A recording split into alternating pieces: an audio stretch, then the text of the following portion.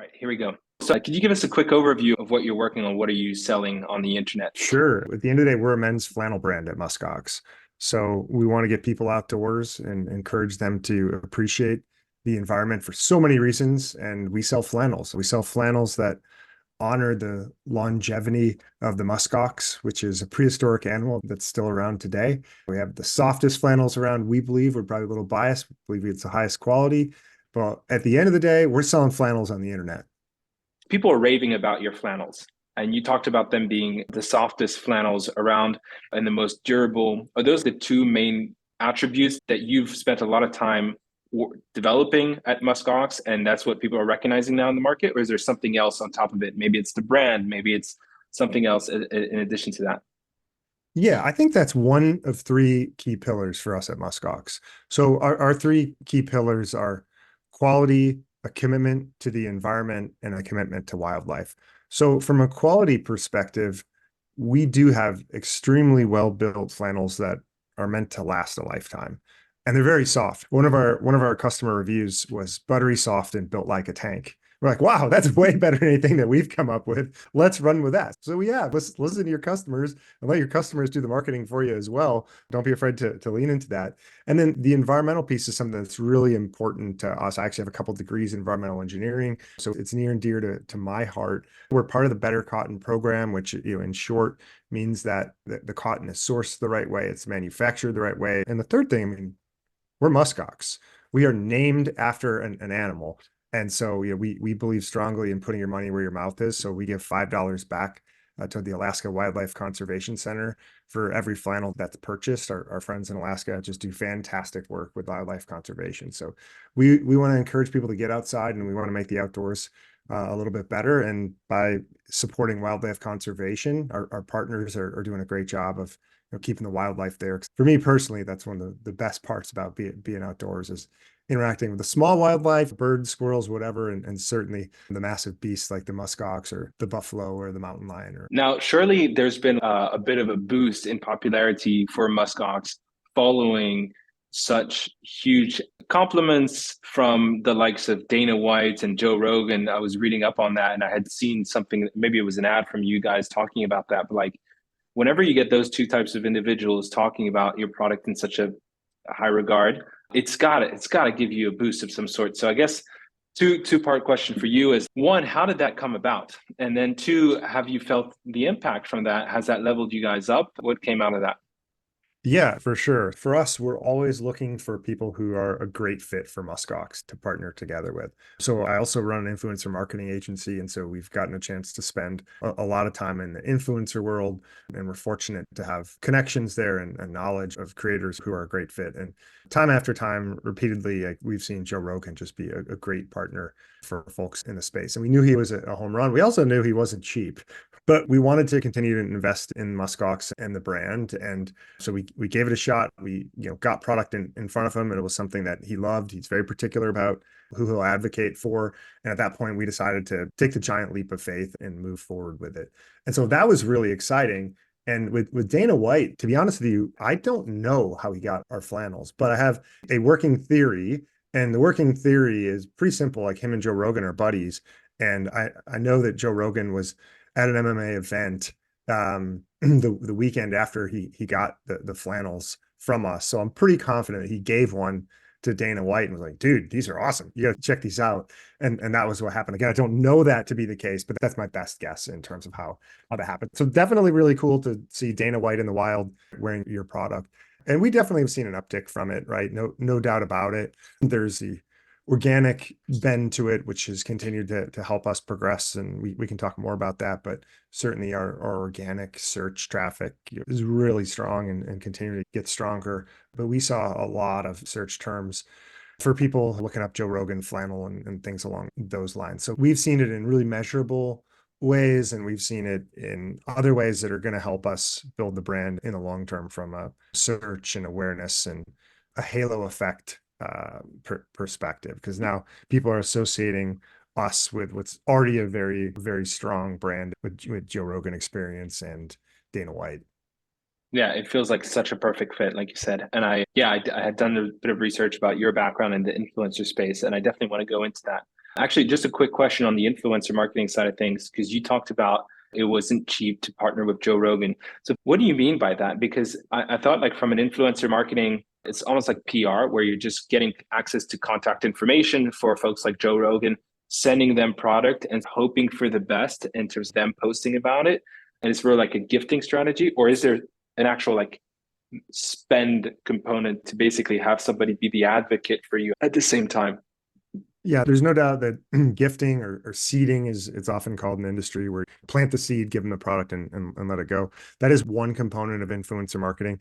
It's very unusual once you get to creators at scale that they're going to do something or organically for a brand. These are massive independent media companies is the way to think about it. I like to say decentralized media companies when it comes to these influencers.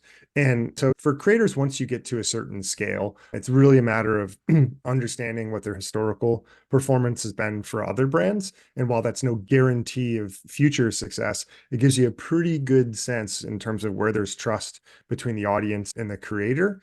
And then that gives you a higher degree of confidence that this creator is going to work for your brand. So certainly this was a paid activity for us and it would be for really anyone. It can't hurt to try, right? But generally, if you're working with influencers and you're going with a gifting or a seeding strategy, you're going to be doing that with small micro influencers. And someone like Joe Rogan, it's practically speaking, there's always exceptions, but practically speaking, like, it's just not going to happen, right?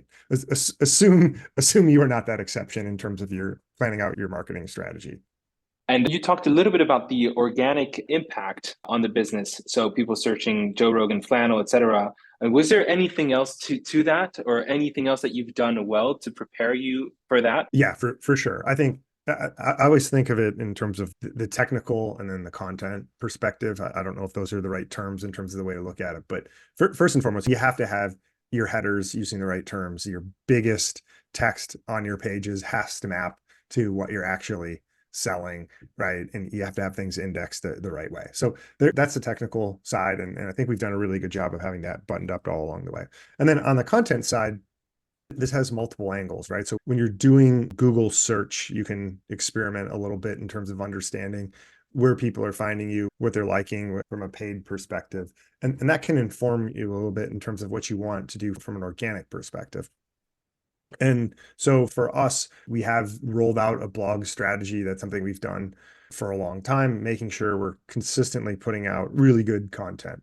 And for the most part, we're putting out content that we think our audience will want to read and not trying to sell something, right? That is something we've been reasonably consistent with. And I'd say the last 3 or 4 months, we've gotten even better. But this is always something where we did something in 2022 and then that's really impacting how we're doing in 2023, right? It's not something that you're going to see success with measured in days and weeks. It's something that you're going to see success measured in months and years. But we have had that success and continue to build up that success over time.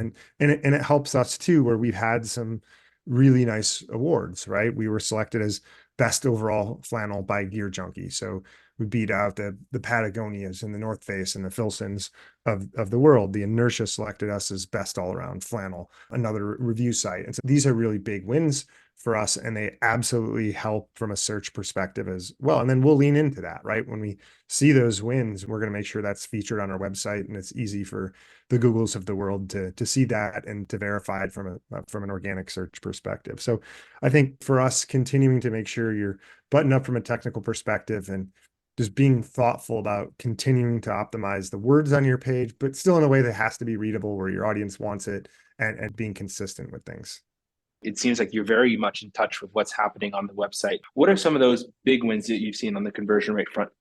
Yeah, I think the biggest thing for us, like over the course of the last year, is we've increased the speed on our site. And so the way we've done that is basically we've eliminated some redundant Shopify features that existed. And we've just reduced redundancy on our site in general.